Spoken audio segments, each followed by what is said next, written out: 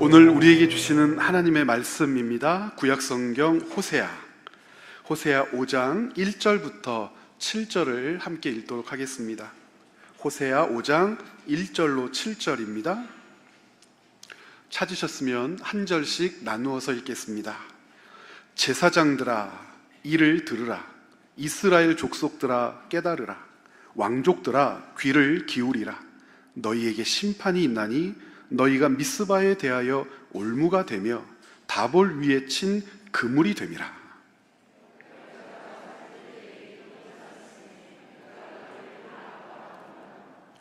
에브라임은 내가 알고 이스라엘은 내게 숨기지 못하나니 에브라임아 이제 네가 음행하였고 이스라엘이 더러워졌느니라.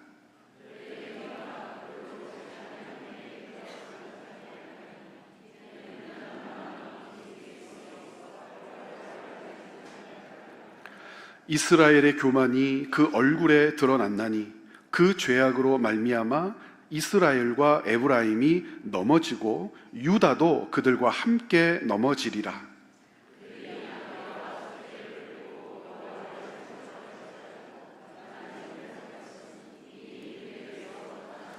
함께 읽겠습니다. 그들이 여호와께 정조를 지키지 아니하고 사생아를 낳았으니 그러므로 새 달이 그들과 그 기업과 함께 삼키리라. 아멘. 드려진 예물 위해서 함께 기도하시겠습니다. 살아계신 아버지 하나님 감사합니다. 채움과 비움의 교회 성도들 그리고 이 자리에 함께 모여 예배드리는 주의 백성들이 하나님의 주권과 섭리를 인정합니다. 주님을 나의 주인이시라고 나의 통치자시라고 고백합니다. 하나님께 속한 백성은 하나님의 법과 질서를 기뻐하는 줄 믿습니다. 살면서 하나님의 법, 하나님의 그 질서 때문에 우리의 삶을 살펴 하나님의 기쁨이 되고자 몸부림치는 줄 믿습니다. 그렇게 사는 삶의 과정에서 열매 맺게 하시고 그것들로 먹고 마시며 자녀들을 기르며 삶을 영위에 가게 인도해 주셔서 감사합니다. 하나님께로부터 온 것을 먹는 신비를 누리게 해주셔서 또한 감사합니다.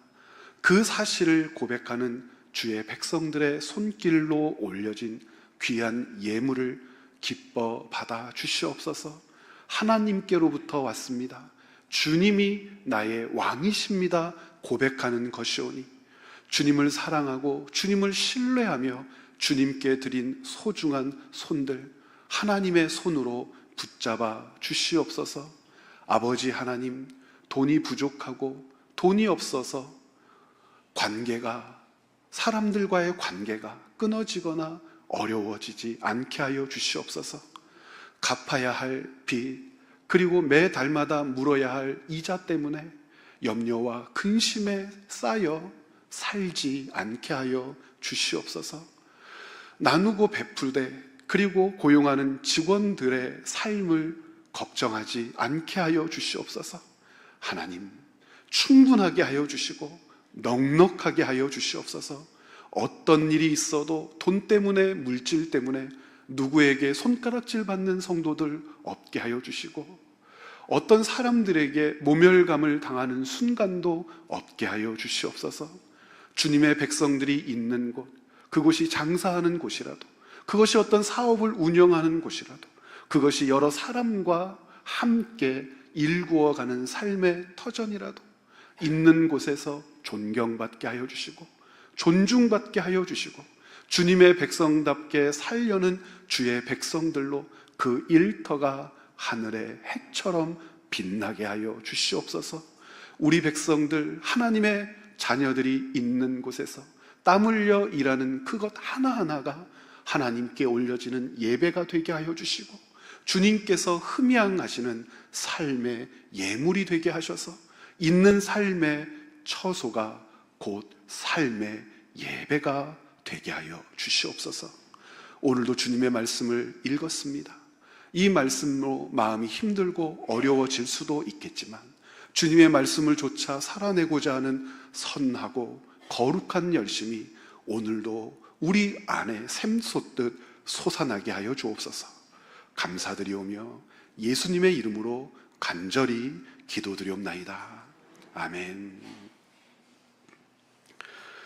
호세아서를 우리가 함께 읽고 있습니다. 호세아서가 이스라엘 백성들의 죄를 진단하는 방식은 다른 성경, 다른 선지서들과는 조금 차이가 있습니다. 이스라엘 백성들은 항상 우상숭배 행위 때문에 하나님께 책망을 받았죠. 하나님의 진노를 샀습니다. 하나님의 심판이 임했다는 것을 가르칠 때, 곧 그 하나님 심판의 원인이 무엇인지를 드러낼 때 그 중심에는 항상 우상숭배가 있었습니다. 호세아도 우상숭배를 지목하고 하나님의 심판, 진노의 원인이 우상숭배에 있다고 이야기하지만 호세아의 진단 방식은 조금 다릅니다. 어떻게 호세아는 이스라엘 백성들의 악을 진단하냐면, 이스라엘 백성들이 하나님의 진노, 하나님의 심판의 대상이 될 수밖에 없었던 것은 그들이 살고 있는 혼합주의 때문이다라고 해요. 혼합주의. 호세아서 전체를 읽고 나서 여러분들이 반복해서 확인할 수 있는 것이고, 결론에서 결국 확인할 수 있는 것이 이스라엘 백성들의 악은 무엇인가 라고 하는 이 질문에 대하여 그들은 혼합주의에 빠졌구나 하고 확인하게 될 것입니다. 그럼 혼합주의가 뭐냐? 우상숭배와는 어떻게 다른가? 혼합주의와 우상숭배가 다른 것인가? 같기도 하지만 다르기도 하죠. 혼합주의는 근래에, 요새는 조금 고급스러운 신학 용어로 사용되기도 합니다. 뭐라고 사용되냐면 다원주의라는 형태로 사용되죠. 여러분들 혹시 들어보셨습니까? 다원주의. 다원주의라고 하는 것은 무엇이냐면 세상 여러 곳에 진리가 존재할 수 있다. 세상 여러 신들이 우리가 믿는 여호와 하나님께서 우리에게 가르치고 주셨던 것과 같은 진리를 주창하고 있다. 그러니까 우리에게 진리가 있는 것처럼 그들에게도 진리가 있고, 그들이 진리를 좇는다면 우리에게 생명이 있는 것처럼 그들에게도 생명이 있다라고 하는 그 포용적 신앙을 이야기하는 것이고, 이 혼합주의를 분별해내지 못하고 그것을 고상한 것으로, 아름다운 것으로 받아들이는 이유는 뭐냐면 그들이 가지고 있는 생각을 배려하고 존중한다고 여기는 사람들이 많아졌기 때문에 그렇습니다. 그래서 혼합주의에서, 다원주의에서는 이런 주장을 해요. 어떤 주장을 하냐면 다른 종교들을 배려하고 존중해야 되는데, 굉장히 멋진 말이죠. 그런데 조금 더 나아가서 어떤 생각까지를 붙들어 내냐면 그들에게도 진리가 있다. 결국 우리는 여호와를 하나님이라고 부르는 사람들이지만 그들이 부르는 신도 하나님이시다. 우리는 여호와라고 부르지만 그들은 다른 이름이라고 부를 뿐 정점에서는 다 같이 만나게 될 것이다. 그러니까 이 땅에 살면서 그들의 종교를 배려하고 존중해야 하지 않겠는가? 배려와 존중이라고 하는 말에 동의하는 부분이 있지만 진리, 생명, 구원에 대해서는 그리스도인들은 동의할 수 없거든요. 그런데 이것을 사람들은 고상한 것이라고 요즘 여기죠. 혼합주의, 다원주의입니다. 그럼 우상숭배라고 하는 것이 이 혼합주의와 어떻게 다를까? 우상숭배는 대부분 어떻게 가르쳐지고 있냐면 하나님을 버리고 다른 것을 섬기는 것. 그러니까 하나님을 버리고 다른 것을 섬기는 것, 혹은 하나님께로부터 돌이켜서 다른 것을 추종하며 쫓아가는 것. 이러한 형태들이 구약 성경에서는 우상숭배로 가르쳐지잖아요. 그러면 혼합주의와 우상숭배를 어떻게 근본적으로 구별하고 이해할 수 있을까? 그래서 혼합주의를 여러분 이렇게 이해하셨으면 좋겠습니다. 어떻게 이해하냐면 하나님을 버리지 않고 우상을 숭배하는 것. 여러분 이게 가능합니다. 하나님을 버리지 않고, 혹은 전체를 놓고 본다면 자기가 섬기는 신을 버리지 않고 다른 신을 겸하여 섬기는 것. 그러니까 이스라엘 백성들의 혼합주의라고 하는 것은 여호와 하나님을 버리지 않은 거예요. 여호와 하나님께로부터 완전히 돌아서지 않은 거예요. 여호와 하나님을 섬기는 대상으로 그대로 두고 다른 신을 섬기는 겁니다. 그러면 이렇게 얘기할 수 있겠죠. 하나님을 바알처럼 섬기고 바알을 하나님처럼 섬기는 것. 그러니까 이스라엘 백성들에게 바알도 하나님이시고 여호와도 하나님이신 겁니다. 그리스도인에게, 하나님의 백성에게 누구만 하나님이시라고 고백하도록 하나님이 명령하셨죠? 여호와만 하나님이시죠. 여호와만 하나님이신데 이스라엘 사람들에게, 특별히 호세아 시대의 북이스라엘 사람들에게 누구도 하나님이었냐면 바알도 하나님이고 아세라도 하나님이죠. 그들은 하나님께로부터 돌이켰다거나 하나님을 버렸다고 생각하지 않습니다. 하나님은, 여호와는 계속 섬기는 대상이되 또 다른 하나님을 그들 앞에 두고 섬기기를 시작한 거죠. 이것을 혼합주의라고 이야기합니다. 이 혼합주의를 호세아가 어떻게 고발하고 있을까? 오늘 말씀에 그 적나라한 모습들이 드러나고 있는데 1절과 2절에 이렇게 기록되어 있어요. 여러분 함께 읽어보시죠. 5장 6절부터 함께 읽겠습니다. 5장 6절 함께 읽어보죠. 그들이 양떼와 소떼를 끌고 여호와를 찾으러 갈지라도 만나지 못할 것은 이미 그들에게서 떠나셨음이라. 자, 잘 기억해 보십시오.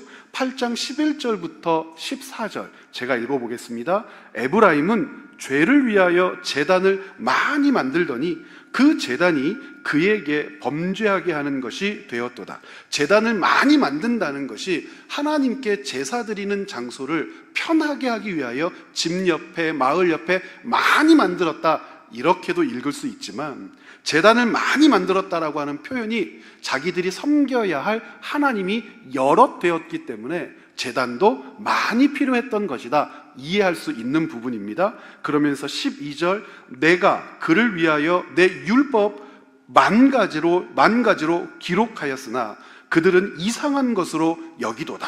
이게 무슨 말이냐면, 하나님께서 그들에게 율법을 주셨지만 아무리 잘 기록된 율법을 읽게 하였어도 자기들과는 아무 관계도 없는 것처럼 여겼다. 13절 말씀, 그들이 내게 고기를 제물로 드리고 먹을지라도 여호와는 그것을 기뻐하지 아니하신다. 14절, 이스라엘은 자기를 지으신 이를 잊어버렸도다. 여러분 지금 말씀을 읽었는데 이 말씀들이 왜 혼합주의를 나타내는지 잘 모르시겠죠. 설명을 듣고 읽었던 말씀을 다시 확인하겠습니다. 혼합주의의 특징이 고스란히 드러나 있어요. 여러분, 하나님께서 이스라엘 백성에게 당신을 계시하시고 당신의 백성으로 부르셨을 때 당신을 섬기는 것을 어떻게 가르쳐 주셨죠? 섬겨야 할 때, 섬겨야 할 방법, 섬길 때에 함께 해야 될 내용, 그 모든 것을 누가 가르쳐 주셨죠? 우리는 식양이라고 하는 표현도 쓰는데, 하나님께 제사를 드릴 때 혹은 성전을 지을 때, 성막을 지을 때 제사의 순서, 방법, 내용, 그 모든 것들은 누구로부터 나왔죠? 하나님께로부터 나와서 백성들이 그것을 배우고 익혀요. 시내산에서 1년 동안 머물면서 이스라엘 백성들이 광야 여정과 그리고 가나안 땅을 들어가는 준비를 하며 그것을 배우고 익혔던 것 아닙니까? 하나님께서 그들에게 때를 가르쳐 주셨어요. 어떻게를 가르쳐 주셨어요? 무엇을도 가르쳐 주셨어요. 죄를 지었을 때는, 혹은 사람들에게 거짓말하거나 사기를 쳐서 손해를 입혔을 때는, 혹은 하나님께서 기뻐하시지 않는 부정한 상태에 놓여 있었을 때는, 혹은이라고 하면서 하나님께서는 하나님께 무엇을, 언제, 어떻게 예배 드려야 되는지 하나님께서 다 가르쳐 주셨단 말이에요. 여호와 종교, 하나님께서 우리의 주인 되셨을 때 우리 종교의 특징은 하나님께로부터 온 것으로 하나님을 섬길 수 있는 겁니다. 그런데 혼합주의는 섬김을 받는 주인께서 그것을 정하는 것이 아니라 섬기는 자, 백성이 섬김의 모든 것을 정합니다. 때도 정하고요, 방법도 정하고요, 모든 내용도 그 사람이 정합니다. 언제, 어디서, 무엇을 어떻게 섬겨야 될지 다 정합니다. 그리고 나서 자기의 방법대로 자기의 신을 섬기죠. 조금 전에 말씀드렸죠. 이스라엘 백성에게 하나님은 누구처럼 섬겨지는 자가 되었어요? 바알처럼 섬겨지신 분. 그리고 바알을 누구처럼 섬겼어요? 하나님처럼 섬겼어요.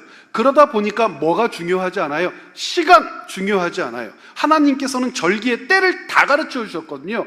유월절은 언제 지켜야 되고, 초막절은 언제 지켜야 되고, 하나님께서 모든 때를 다 가르쳐 주셨거든요. 제사는 언제 어떻게 드려야 되는지. 그런데 자기들이, 즉 섬기는 자들이 정하기 때문에 자기들이 때를 정하고 방법을 정하고 원하는 대로 하나님께 예배 드린다고 생각했어요. 그러다 보니까 어떤 일들이 벌어졌느냐? 하나님께서 보실 때 그건 하나님을 섬기는 게 아닌 거예요. 하나님의 백성다운 행동도 아닌 거예요.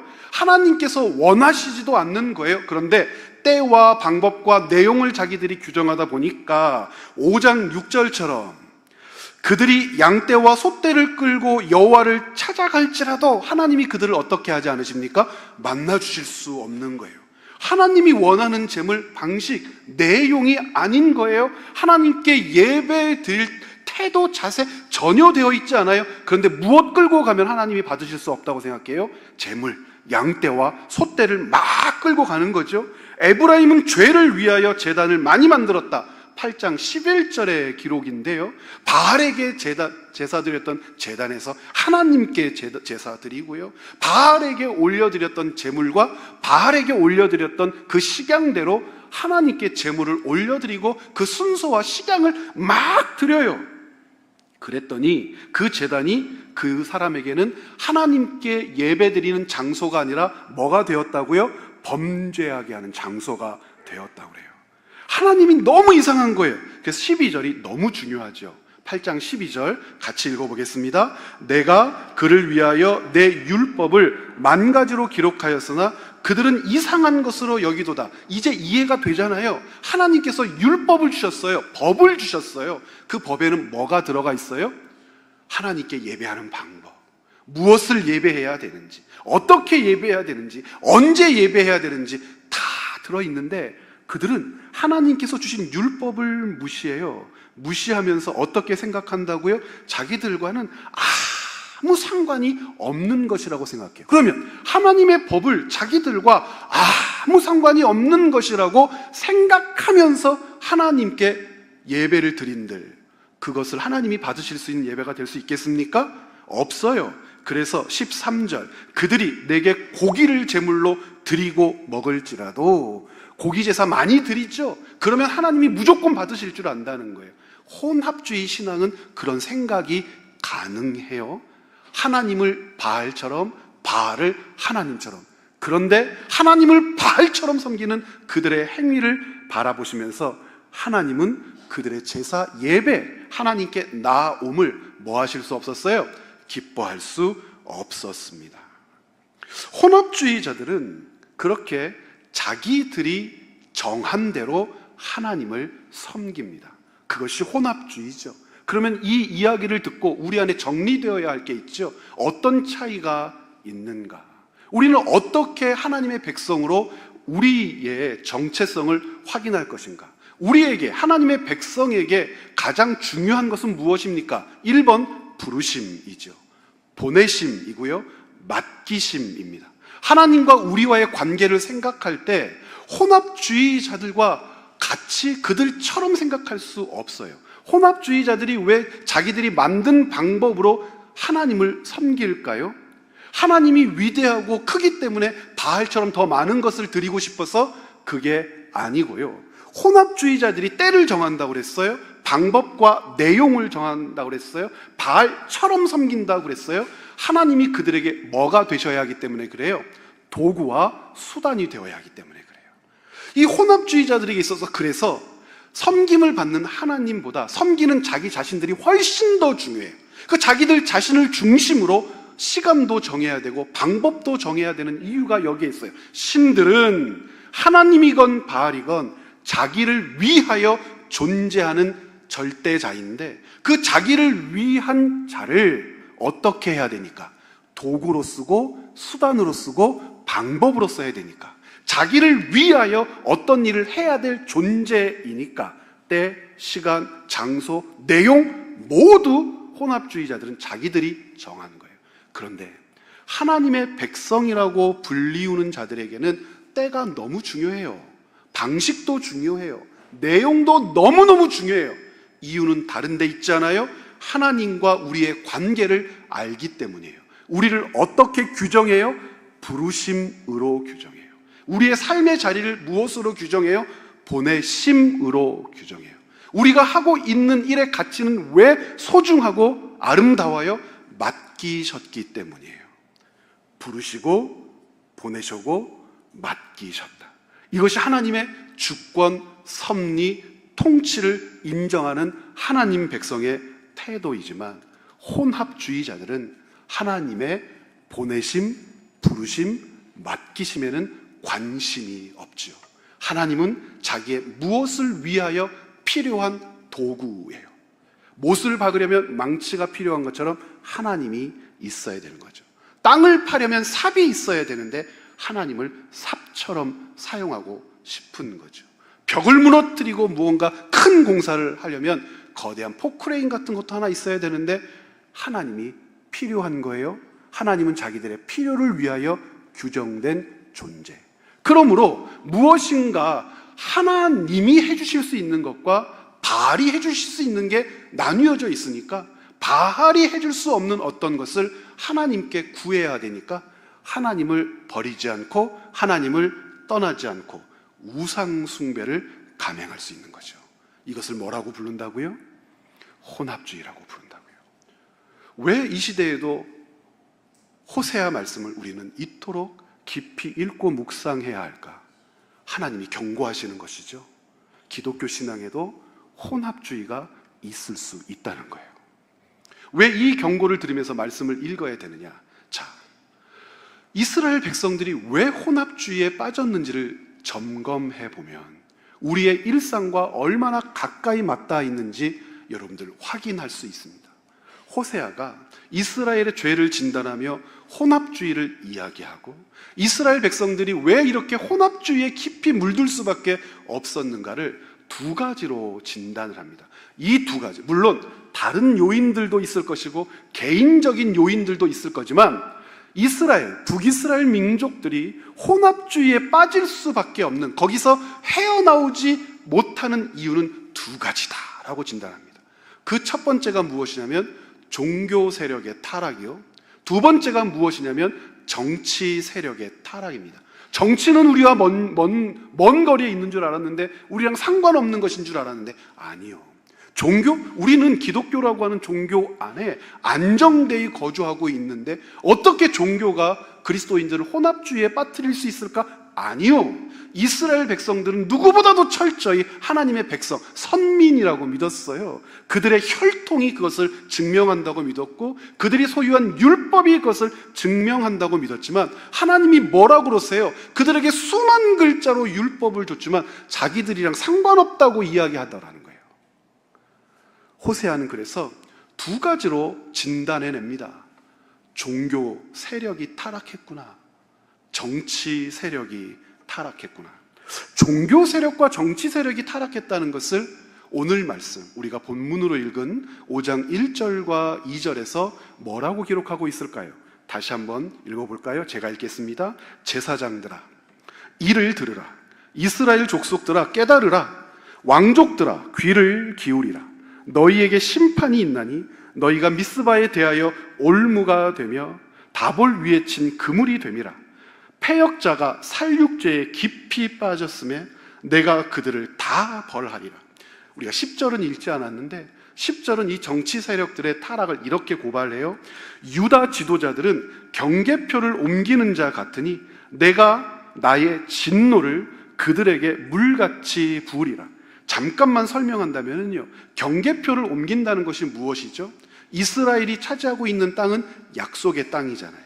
하나님은 그 약속의 땅을 기업이라고 말씀하시며 지파별로, 가문별로, 가정별로 그 땅을 골고루 나누어 주셨죠. 그러면서 신명기 19장 14절에 절대로 너희에게 준 그 경계석을 옮기지 마라. 하나님이 주신 것이고 하나님이 주인이시니까 라고 말씀하세요. 이것이 신명기 19장 14절 이하에 있는 말씀인데 메모했다가 꼭 한번 읽어보십시오. 그리고 나서 다시 신명기 27장 17절에서 뭐라고 말씀하면 경계표를 옮기는 자들은 저주를 받을 거다. 도대체 이게 정치 세력과 무슨 연관이 있을까?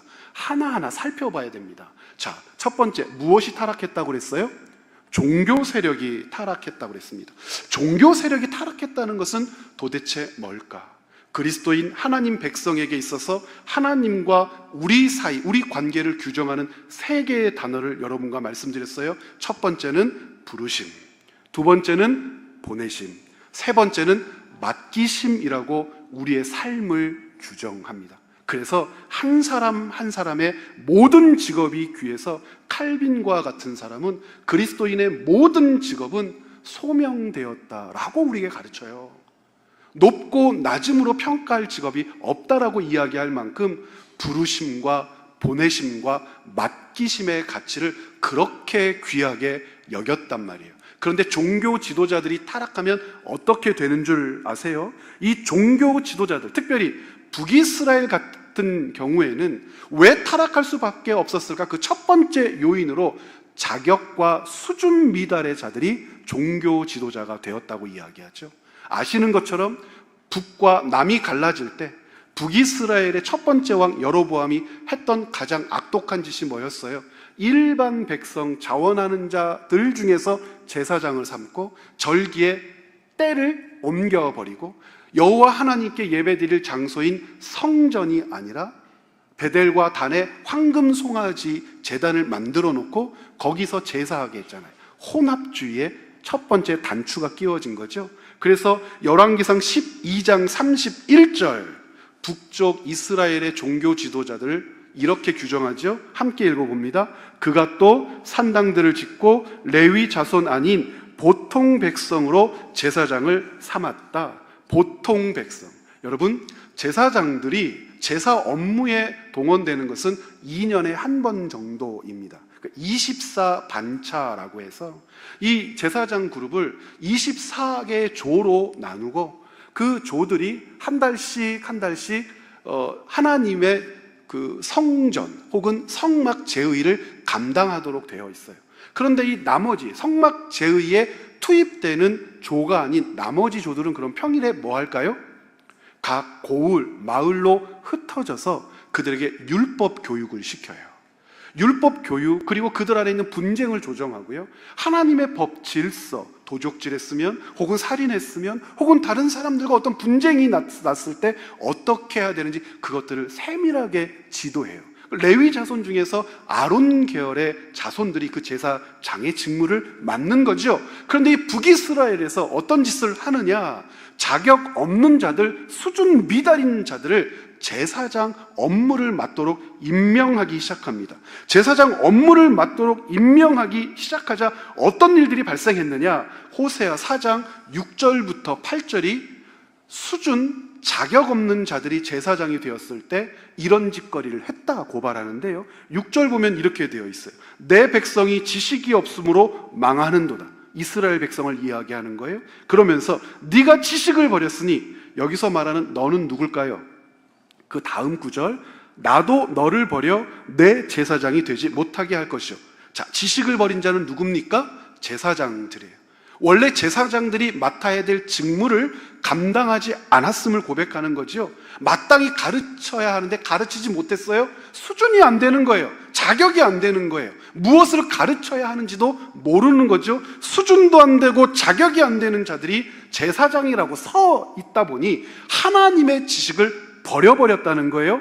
그리고 나서 7절, 굉장히 마음 아픈 말씀인데 이렇게 기록되어 있어요. 그들은 번성할수록 내게 범죄하니 내가 그들의 영화를 변하여 욕이 되게 하리라.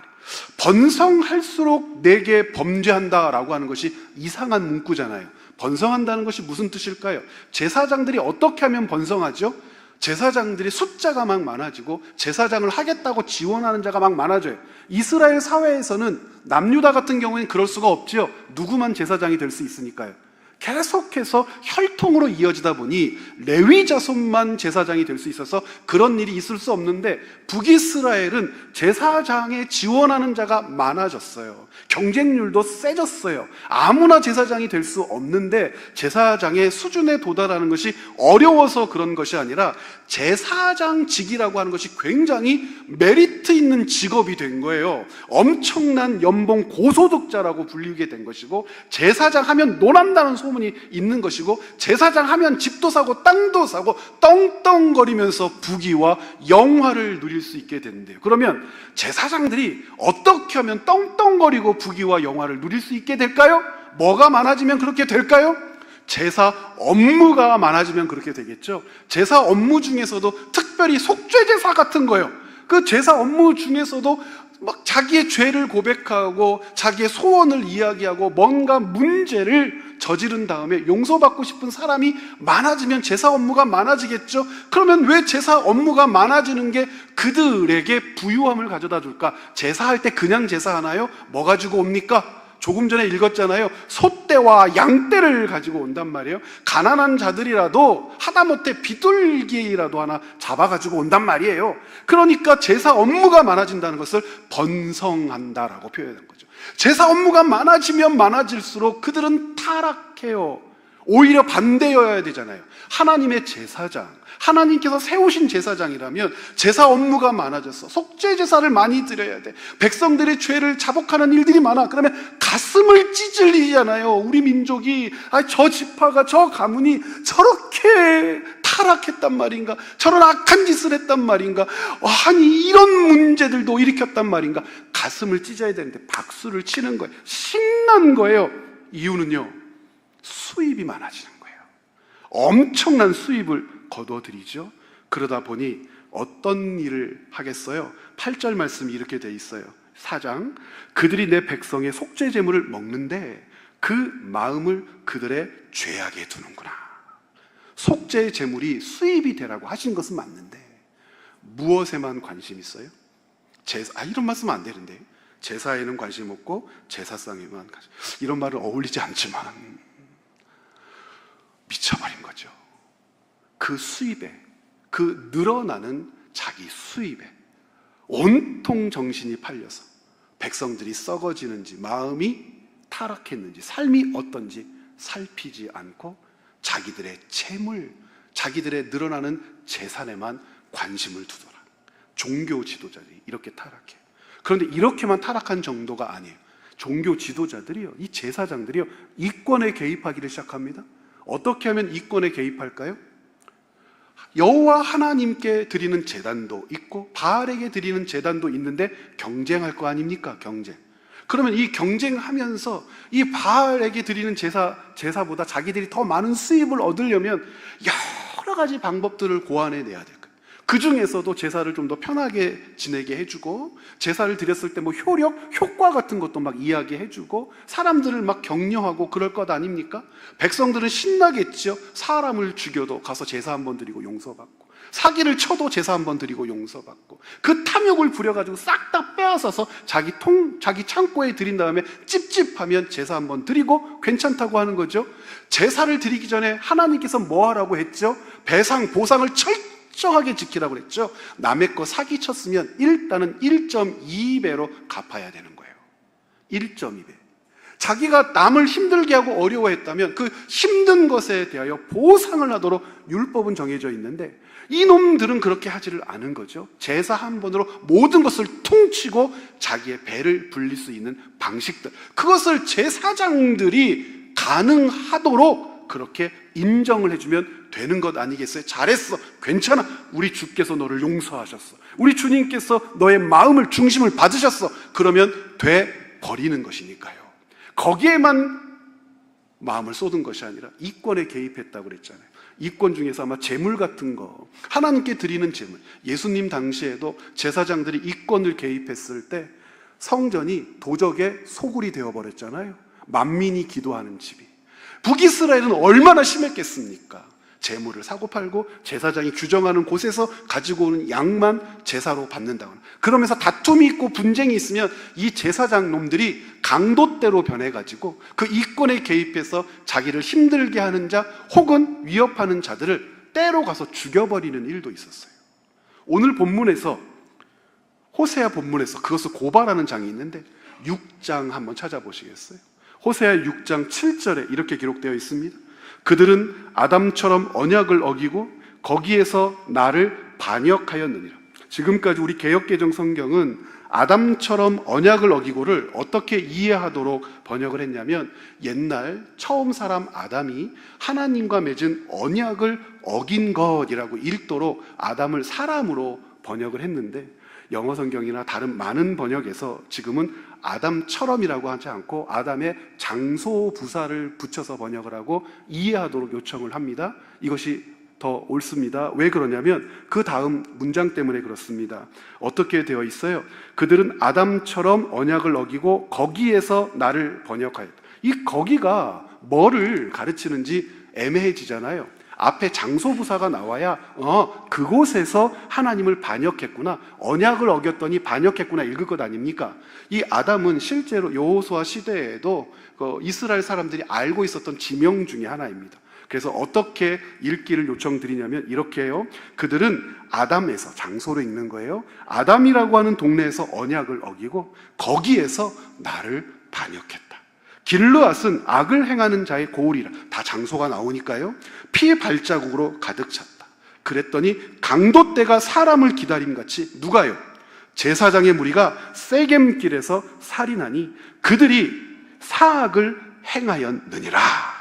제사장들이 몰려다니면서 이권에 개입하고 자기 이권에 해하는 사람이 있으면 몰려가서 강도처럼 사람을 기다리다가 그 사람을 죽여버렸다. 즉 하나님께서 주신 그 제사장의 직무, 제사장의 직무는 하나님께 예배드리는 자다라고 하는 이 사실을 그들은 어떻게 이용해 먹었어요? 돈벌이 수단으로 이용해 먹은 거예요. 돈벌이 수단으로 모든 것들을 바라본 거예요. 돈벌이 수단이 돼버렸으니 백성들이 죄를 많이 져야 돼요? 적게 져야 돼요? 많이 져야 돼요. 적게 지면 수입이 줄어요. 수입이. 이것도 죄, 저것도 죄, 모두 죄, 모두 죄, 모두 죄, 모두 죄, 막 위협하는 거죠.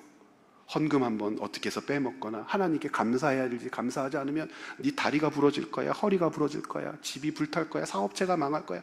어떻게 해야 됩니까? 하나님께 별미를 드려야지. 그때 떼먹은 거 2배로 드려. 저는 그런 돈이 없는데, 야, 은행은 뒀다가 어디다 쓰냐. 돈에 눈이 멀기 시작하면 종교인들이 타락하기 시작하는 거예요. 모든 요소들이 돈벌이로 보이는 거죠. 종교인들만 타락했다고 이 사람들이 혼합주의에 빠지느냐? 아니요. 정치 세력도 엄청나게 타락합니다. 정치 세력의 타락을 볼 수 있는 장면이 오늘 우리가 본문으로 읽은 5장 1절부터 2절 말씀이에요. 자, 1절부터 2절 한번 보시겠어요? 제가 읽을게요. 제사장들아, 이를 들으라. 이스라엘 족속들아, 깨달으라. 왕족들아, 귀를 기울이라. 너희에게 심판이 있나니. 1절부터 2절 이 사이에서 가장 핵심 단어는 심판이라고 하는데, 심판. 왜 심판이 핵심 단어냐면 이 심판이라고 하는 히브리어 단어가 미시파트라는 단어예요. 한번 해보시겠습니까? 미시파트. 이 미시파트는 심판이라고도 번역되는 것이 한 반 정도. 반 정도는 뭐라고도 번역되냐면 법이라고도 번역됩니다. 법. 그러면 우리말 성경에는 지금 심판이라고 번역했는데 이걸 심판이라고 번역할지 법이라고 번역할지 고민하고 번역해야 되는데, 제가 기대하는 번역은 심판이 아니라 법이라고 번역하는 것이 훨씬 옳아 보입니다. 왜 법이라고 번역하는 것이 훨씬 옳아 보이냐면, 여러분, 세속 권력자들의 힘은 어디에서 나옵니까? 자, 세속 권력을 견제하고 세속 권력을 발전시키기 위해서 민주화라고 하는 것이 되었잖아요. 이 민주화가 되면서 공화 정치를 하면서 가장 눈에 띄는 현상은 뭐죠? 분립이지 않습니까? 입법, 사법, 행정부가 분립되어서 서로 견제하게 하죠. 입법부는 법을 발의합니다. 행정부는 법을 집행합니다. 사법부는 그 법이 입법 취지에 맞게 입법한 대로 시행되는지 감시합니다. 그것은 기관도 감시하는 것이고 개인도 감시하되, 이 상권 분립에서 가장 중요한 가치라고 하는 것은 무엇입니까? 요즘 어떤 정치인께서 한참 사용하는 말 때문에 유명해진 말이 억강부약이라고 하는 말이 있는데, 법이 왜 있어야 되냐면 강한 것들은 억제하는 것이죠. 왜냐하면 강한 것들은 원래부터 힘을 가지고 있고 원래부터 권세를 가지고 있기 때문에 그것을 제약시키고 그것을 견제하지 않으면 많은 사람들이 죽어나 자빠지는 거죠. 자본주의 사회에서 가장 큰 패단은 뭡니까? 만 명이 한 명을 위하여 존재하는 구조 아닙니까? 이것을 경쟁이라고 하는 말로 치환해서 옳다라고 여겨서 그것을 좋은 것이라고 받아들이는, 요즘 우리가 살아가고 있는 세상의 질서가 그런 것 아니냐는 거예요. 이런 세상 가운데에서 억강부약이라고 하는 이 말 자체가 굉장히 중요하죠. 그럼 이것을 어떻게 실현할 거냐? 법이라고 하는 것이 최소한의 견제 장치가 되는 거예요. 이 법 맡은 자들 누굽니까? 지금처럼 고대 사회에 이 법이라고 하는 것이 중심으로 해서 입법, 사법, 행정의 권한이 분리됐겠어요? 그렇지 않아요. 고대 시대에서는 이 법을 집행하는 자나 법을 수립하는 자나 법을 감시하는 자가 하나의 권력을 가진 자겠죠. 이스라엘 백성들 같은 경우에는 그래서 특이한 거예요. 어떻게 특이합니까? 재정이 분리된 사회란 말이에요. 이스라엘은 놀랍죠. 재정이 분리된 사회, 하나님을 섬기는데 이 하나님을 섬기는 것으로부터 법이 만들어지고 그 법을 위정자들에게 맡겼어요. 위정자들에게 맡긴 이유는 무엇입니까? 하나님의 법, 그것이 질서가 되게 하라고, 그것이 사람들이 사는 방도가 되게 하라고, 그것을 잘 집행하라고 그 법을 주었단 말입니다. 지난번에 우리 디모데 후서 2장 얘기할 때 권세자들을 위하여 기도해야 한다라고 하는 대목을 다루면서 로마서 13장 말씀을 읽었는데, 로마서 13장에서 굉장히 우리의 마음을 불편하게 하는 것이 무엇이었어요? 1절이었잖아요. 세상 권세자들에게 복종하라. 복종이라고 우리말은 번역을 했어요. 세상 권세자들에게 복종하라. 그러다 보니 어떤 분들은 뭐라고 얘기해요? 세상 권세자들을 비판하거나 세상 권세자들의 잘못을 이야기하는 것은 기독교인이 할 짓이 아니다 그래요. 그런 분들은 몇 절을 읽지 않은 거예요. 그 아래에 있는 2절과 3절을 안 읽은 거예요. 1절만 읽은 거예요. 복종하라만 읽었단 말이에요. 2절과 3절, 3절에 보면 특별히 뭐라고 되어 있어요? 세상 권세자, 즉 법을 집행하는 자들은 누구만 두려워한다? 악인들만 두려워한다. 누구는 법 집행하는 자들을 두려워하지 않는다. 선한 사람, 착한 사람들은 두려워하지 않는다. 그렇기 때문에 하나님의 질서를 알 수 있다. 세상 권세자를 왜 주셨는지. 세상 권세자는 그들에게 맡겨진 권한, 법을 가지고 악한 자들이 준동하지 못하도록, 악한 자들이 탐욕을 부리지 못하도록, 악한 자들이 약하고 힘없는 사람들을 무너뜨리지 못하도록 약한 사람을 위하여 그 법을 집행할 권한이 주어졌으니까 그리스도인들아 그들을 존경하고 그들의 통치에 복종해라 라고 한 거예요. 그런데 그 법을 맡은 자가 악한 자들에게 막 환영받아요. 악한 자들이 막 박수를 치고 좋아해. 그 법을 집행하는지 집행하고 판결 내리는 것 때문에 악한 자들이 만세라고 불러요. 그럼 그리스도인들이 그것들에 대하여 찬성하거나 동의할 수 있습니까? 그럴 수 없는 거예요. 로마서 13장 1절, 2절, 3절에 그렇게 되어 있어요. 복종해야 될 이유, 악한 자들의 간담을 서늘게 할 통치를 이어갈 때란 말이죠. 자, 오늘 말씀 보십시오. 1절과 2절, 특별히 1절. 그래서 이것을 법이라고 읽으면 제가 이렇게 번역해서 이해하자고 여러분들에게 요청드리고 싶은 게 있어요. 너희 권력자들에게는 법이 있지만, 즉 법을 맡겨주었지만, 너희는 법을 집행할 권한을 얻었지만 오히려 너희에게 있는 그 법이, 너희가 가진 법이 미스바에는 친 덫이요 다볼에 펼친 그물이요 시딤에 깊이 판 함정이 되어버렸다. 미스바, 다볼, 시딤은 뭘 얘기하냐면 백성들이 사는 곳을 일반적으로 이야기하는 것이란 말이에요. 이 위정자들이 법을 가지고 법을 집행하면 집행할수록 백성들이 어떻게 돼요? 덫에 걸린 것처럼 되고 그물에 걸린 것처럼 되고 함정에 빠진 것처럼 허우적거려요. 법을 어떻게 사용했기에 이런 일들이 벌어진단 말이죠. 법을 어떻게 썼게요? 자기들의 욕심 채우는 일에, 자기들의 탐욕 채우는 일에, 자기들의 권력으로 자기들의 잘 먹고 잘 사는 일에 그 법을 쓰는 것에만 온 생각이 다 함몰되어 있다 보니까 자기들을 위하여 10,000사람이 필요하고 10만 사람이 필요하고 그 한 사람을 살리기 위해서, 한 사람을 잘되게 하기 위해서 10,000사람, 10만 사람이 굶든지 죽든지 나가 자빠지든지 아무 관심이 없는 거예요. 법을 집행하니 어떻게 돼요? 일반 백성들이 덫에 걸리고 그물에 걸리고 함정에 빠져 죽는 것처럼 허우적거리며 고통을 받게 된다. 그랬더니 나중에 일반 백성들이 그걸 경험하고 나서 이렇게 얘기하더라는 거예요. 호세아 10장 3절부터 4절에 이런 얘기를 합니다. 이스라엘 백성들에게는 왕이 계속 자주 바뀌죠. 몇 번의 역성혁명이 있었냐면 9번의 역성혁명이 있었어요. 왕이 몇 번 바뀌어요? 20번 바뀝니다. 9번의 역성혁명이 있는 동안 20명의 왕이 통치하게 되고요. 그 왕이 되기 위해서 또 싸울 때에 얼마나 백성들이 고통을 받았겠어요. 그 꼬라지를 본 장면이기도 하고 혹은 미래에 대한 예언이기도 해요. 아수르에 의해서 사마리아가 점령당하고 나라가 망해버리잖아요. 그 모습을 보면서 백성들이 이런 고백을 하게 될 거다라고 하는 미래적 기록이기도 한데 백성들이 뭐라고 하느냐? 3절, 우리가 주님 두려운 줄 모르고 살다가 임금도 못 모시게 되었지만, 이게 오히려 잘됐대요. 이제 임금이 있은들 무엇에다 쓰랴? 하며 한탄할 날이 올 거다. 야, 통치자가 있어봤자 뭐하냐? 이유는요, 4절 함께 읽어볼까요? 그들은 빈 약속이나 일삼고 거짓 맹세나 하며 쓸모없는 언약이나 맺는다. 그러므로 밭지랑에 도단한 독처처럼 불의가 퍼진다. 대통령 선거 많이 해봤잖아요. 순 거짓말에, 순 사기질에 거짓말하고 사기치면서 당선이 되었으면서도 그때는 공약이니 어쩌니 하면서 사람들의 마음을 원통하게 만들고, 그 원통한 사람들의 마음이 불처럼 일어나면은 그럴 수도 있는 거라고 그냥 눈치고 하다가 자기 임기만 끝내버리는 사람들 우리 많이 알지 않습니까?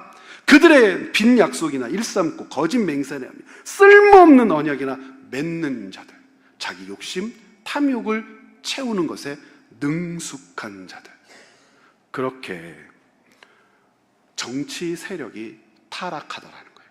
법 맞고 법 집행하는 자들이 타락했을 때 사람들은 혼합주의에 빠진답니다. 왜냐하면 정의, 공의에 기대할 수 없으니까 다른 것들을 찾아 살 국리, 방도를 찾는데 많은 사람들이 혼란스러워하죠. 하나님의 정의는 어디 있어? 하나님이 이 세상을 통치하시는 건 맞아? 하나님이 다스리는 건 맞아? 혹시 다른 것, 다른 세상, 다른 것이 있지는 않을까? 사랑하는 여러분, 분별해 내셔야 되고 확인해 내셔야 됩니다. 종교 세력이 타락하고 정치 세력이 타락하면 혼합주의가 이 세상을 집어 삼킨답니다. 호세아 시대의 이스라엘과 지금 대한민국이 얼마나 다를까요? 화면을 보시면서 우리 결론부를 함께 보셨으면 좋겠는데요. 결국 지도자가 타락하는 이유는 다른 데 원인이 있지 않습니다. 뭐의 원인이 있어요? 여호와면 어떻고 바알이면 어떤가? 내 배만 부르면 되지. 자기 배를 불리기 위해 종교 지도자들은 혼합주의를 방조하죠. 그것을 좋은 신앙이라고 가르친단 말입니다. 정치 지도자들은 자기 배를 불리기 위해 정의, 공의 이런 것들을 생각하지 않고 임의로 법을 집행하고 판단합니다. 이와 같은 현상은 호세아 시대의 이스라엘과 오늘의 세상이 다르지 않습니다. 종교 지도자와 세속 권력자들이 사람에게 무엇이 돼버려요? 덫, 그물, 함정 같은 존재가 되어버린 시대입니다. 채움과 비움의 교회 성도 여러분, 혼합주의의 달콤함에 절대 속지 마십시오. 하나님을 수단, 방법, 도구로 써도 괜찮다는 말이 얼마나 가슴 설레는지 몰라요. 야, 이것도 들어주시고 저것도 들어주시고 이것도 할 수 있고 저것도 할 수 있고 기도만 하면 되는 거야? 헌금만 하면 되는 거야? 소원이 세면 까짓거 헌금을 어느 정도 수준으로 해야 될까? 목사랑 상담하면 그 정도 소원이면 이 정도는 해야 되지? 속지 마세요, 여러분. 혼합주의를 조장하는 기독교는 여호와 하나님을 섬기는 하나님의 자녀 공동체가 아니라 종교 집단, 사익 집단입니다. 그 종교 집단, 사익 집단의 예배를 하나님이 받으시겠습니까? 하나님이 뭐라고 그러셨어요? 양떼와 소떼를 끌고 온들 역겹다. 그들이 제단을 많이 만들고 나를 초대한들 역겹다. 많은 예배의 순서나 많은 재물이 하나님을 기쁘시게 하는 게 아니란 말입니다. 종교 지도자들과 정치 세력 지도자들이 더 금을 함정과 같은 때에 혼합주의의 달콤함에 속지 않아야 하는 우리, 임의로 법을 집행하는 세상의 악한 권세도 쫓지 마십시오. 그리스도인은 자기 배를 불리기 위해 사는 사람들이 아니잖아요. 하나님을 도구 수단으로 써도 괜찮다고 말씀하신 적 없어요. 하나님과 우리의 관계는 언제나 세 단어로 규정되는 겁니다. 부르셨고, 보내셨고, 맡기신 겁니다. 요동치는 세상에서 흔들리지 않는 믿음으로 여러분 믿으셔야 합니다. 혼란스러운 세상에서 하나님은 공의로우시고 정의로우시며 혼합주의를 버리고 타락하지 않는 세상에 맑은 정신을 붙들어내려는 그리스도인들을 반드시 도우십니다. 그래서 여러분들과 함께 기도하고 싶은 기도 제목이 있어서 오늘 말씀의 결론은 이 기도문을 함께 하나님께 올려드리면서 말씀을 마무리했으면 좋겠습니다. 여러분 앞에 보이시나요? 같이 이 기도를 드리면서 오늘 말씀을 되뇌어 보시고 다시 한번 생각해 보십시오. 함께 기도 드리시죠. 살아계신 하나님, 채움과 비움의 교회 성도의 삶이 고요하기를 원합니다. 거센 풍랑에게 명하여 고요하라 하셨던 예수님의 말씀처럼 세상 권세자 앞에서 고요한 삶 살기를 위해 기도하라 했던 바울의 권면처럼 채비 성도의 삶이 고요하게 하여 주옵소서. 우리가 악한 세상으로 인해 요동하지 않게 하시고 세상 일에 마음을 빼앗겨 염려와 근심에 사로잡혀 살지 않게 하여 주옵소서. 이제 남은 한 달, 한 해를 마무리하는 동안 우리 주님 손 붙들고 고요하게 자기를 돌아보며 주님께서 맡겨주신 소명의 길을 고요하게 걸어가게 하여 주옵소서. 아멘. 예수님의 이름으로 기도드렸습니다.